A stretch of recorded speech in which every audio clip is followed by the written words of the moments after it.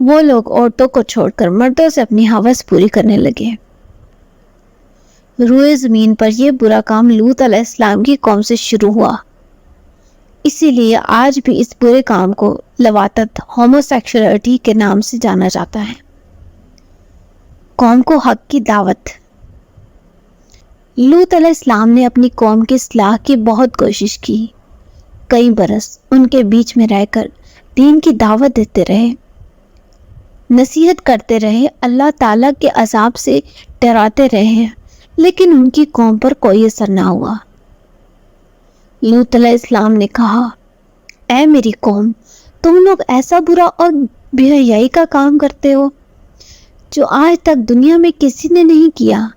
یہ بہت گناہ کا کام ہے۔ تم اپنی عورتوں کو چھوڑ کر مردوں کے پاس جاتے ہو۔ اگر تم اپنے اس برے کام سے باز نہ آئے